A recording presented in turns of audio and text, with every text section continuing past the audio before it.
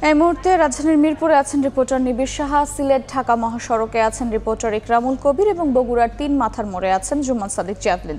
সরাসরি প্রথমে যাচ্ছে নিবিড়ের কাছে।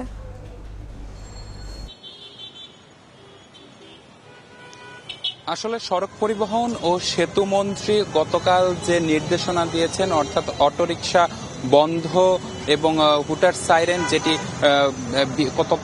তথাকথিত ভিআইপি এবং যে অনেকটা ব্যক্তিগত গাড়িতেও যে অনেকে ইউজ করেন সেগুলো বন্ধ, এবং নো হেলমেট নো ফুয়েল যে একটি কর্মসূচি, অর্থাৎ হেলমেট না থাকলে যে ফুয়েল দেওয়া হবে না ফিলিং স্টেশনগুলোতে, এইগুলোর কিন্তু তিনি নির্দেশনা দিয়েছেন। আমরা আজকে সকাল থেকে কিন্তু রাজধানীর মিরপুর সহ বিভিন্ন এলাকায় ঘুরেছি এবং যেটি দেখেছি আসলে এই যে সরকারের উচ্চ পর্যায়ের যে নির্দেশনাটি, সেটি কিন্তু আসলে এখনো মাঠ পর্যায়ে যারা কর্মকর্তারা আছেন, ট্রাফিক পুলিশের কর্মকর্তারা আছেন, তারা কিন্তু অনেকেই বলেছেন যে আসলে তাদের কাছে পুরোপুরিভাবে পৌঁছায়নি। তারা অনেকেই জানেন না যে আসলে গতকাল যে নির্দেশনাগুলো দেওয়া হয়েছে। আমরা এখনো কিন্তু দেখছি যে রাস্তায় মিরপুরে, বিশেষ করে রাজধানীর বিভিন্ন এলাকা, বিশেষ করে মিরপুরে কিন্তু এই যে অটোরিকশার দৌরাত্ম্য, অলিগলি পেরিয়ে সেই অটোরিকশা কিন্তু মূল রাস্তায়ও আসছেন এবং ট্রাফিক পুলিশের সদস্যদের সামনে দিয়ে আমরা দেখছি যে আসলে সেগুলোর যে দৌরাত্ম্য সেগুলো ছুটে চলছে।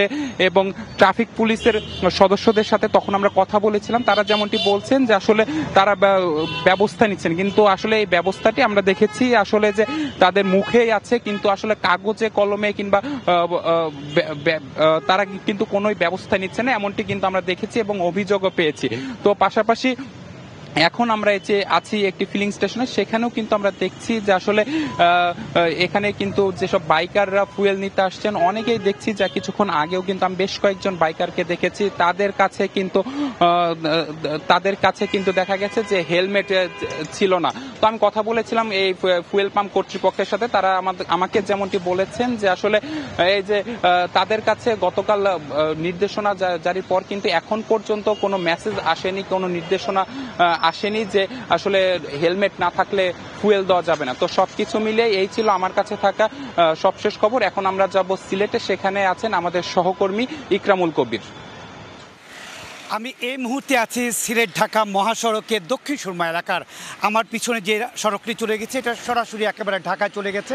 আপনি উপরে দেখতে পাচ্ছেন যে সড়ক ও জনপদ বিভাগের বিভিন্ন জেলায় যাওয়ার যেই নির্দেশনাগুলো আছে। আপনি দেখতে পাচ্ছেন যেই জিনিসটার ব্যাপারে একটু আমরা সবসময় আতঙ্কে থাকি, সেটা হচ্ছে গিয়ে পুরো সড়ক জুড়েই সিএনজি অটোরিকশা ভরপুর, ডানে বায়ে সব দিকে সিএনজি অটোরিকশা। 2015 সালে এই মহাসড়কটিকে 3 হুইলার বা 3 চাকার যান চলাচল নিষিদ্ধ করা হয়েছিল। সেই 2015, আজকে 2024 সাল, প্রায় 9 বছর হয়ে গেছে। 9 বছর পর্যন্ত এই 3 চাকার যান কোনোভাবেই বন্ধ করা সম্ভব হচ্ছে না। এবং এই 3 চাকার যান চলাচলের ফলে যে সড়কে যে দুর্ঘটনাগুলো ঘটে, সড়কের দুর্ঘটনা প্রায় 80% দুর্ঘটনাই ঘটছে এই 3 চাকার যান এবং এই ধরনের ছোটোখাটো যে যানগুলো চলাচল নিষিদ্ধ, সেই নিষিদ্ধ যান চলাচলের কারণে। এবং আপনারা দেখতে পাচ্ছেন এই যে পুরো সড়কের সামনে পুলিশের বিভিন্ন জায়গায় ফাঁড়ি রয়েছে, বিভিন্ন চেকপোস্ট রয়েছে, বিভিন্ন যে মিটার রয়েছে, সড়কের যে অতি দ্রুত যান চলাচল করে কিনা সেই সামনেই কিন্তু মাইল মিটার রাখা আছে সেই পুলিশের, কিন্তু তারপরেও যান চলাচল করছে। যারা দেখার দায়িত্বে, যারা হাইওয়ে পুলিশ আছে, তারা কিন্তু এই দেখার যে দায়িত্বে রয়েছে, তারা কিন্তু এগুলো দেখছে না। ফলে বারবার জীবন ঝরছে, সড়কে যানবাহনগুলোর নিয়ন্ত্রণ কোনোভাবেই করা সম্ভব হচ্ছে না। এই স্থানীয় ট্রাফিক পুলিশের সাথে আমরা কথা বলেছি, তারা বলছেন যে পাশাপাশি যে বিভিন্ন বাজার বা বিভিন্ন এলাকা আছে, সেই এলাকা থেকে এই সড়কগুলো দিয়ে প্রবেশ করে যায়। যদি আসার কথা হচ্ছে, সিলেট ঢাকা মহাসড়ক 6 লাইন করা হচ্ছে, 6 লাইনের পাশাপাশি 2টি লাইন এই 3 চাকার যানের জন্য করা হচ্ছে। তখন হয়তো এই ঝুঁকি থেকে অনেকটাই কমবে বলে মনে করছেন সবাই। মোটামুটি এই ছিল সিলেট ঢাকা মহাসড়কের যে 3 চাকার যান চলাচল বন্ধ হচ্ছে না, তার সবশেষ খবর। এবার আমি চলে যাচ্ছি বগুড়ার খবর জানার জন্য, সেখানে রয়েছেন আমাদের সহকর্মী জ্যাভলিন।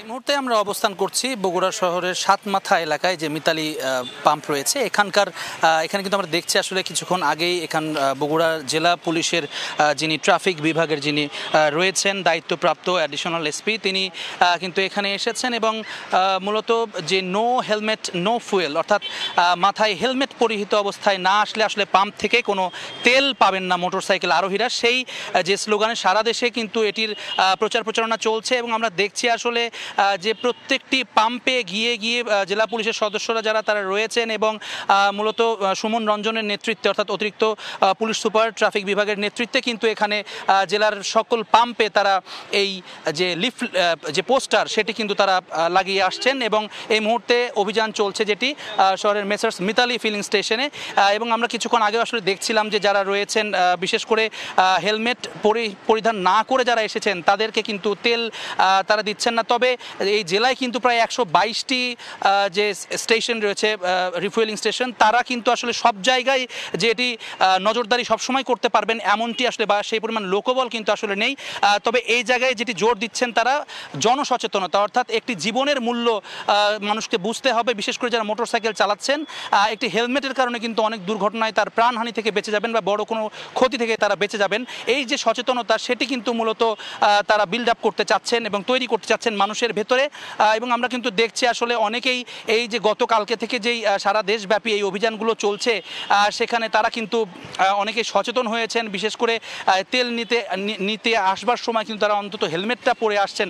তবে জেলা পুলিশ কিংবা সচেতন মহল যারা রয়েছেন তারা কিন্তু বলছেন শুধুমাত্র তেল নেয়ার জন্যই হেলমেট পরাটি যেন না হয়, তাদের প্রাত্যহিক জীবনে যে প্রতিদিন তারা মোটরসাইকেল আরোহণ করেন তাতে করে তারা যেন সেটি ব্যবহার করেন এবং একই সঙ্গে যারা চালক তাদের ব্যবহারের পাশাপাশি পেছনের যে যাত্রী বসে থাকেন তারও কিন্তু হেলমেট পরিধান করার ব্যাপারে অসচেতনতা দেখা যায় বেশিরভাগ সময়, সেটিও কিন্তু আসলে নিশ্চিত করতে হবে এমনটি তারা বলছেন। তো এই ছিল আমার কাছে এখনো পর্যন্ত নো হেলমেট নো ফুয়েল যে অভিযান চলছে দেশব্যাপী, বগুড়া থেকে তার অভিযানের সবশেষ খবর।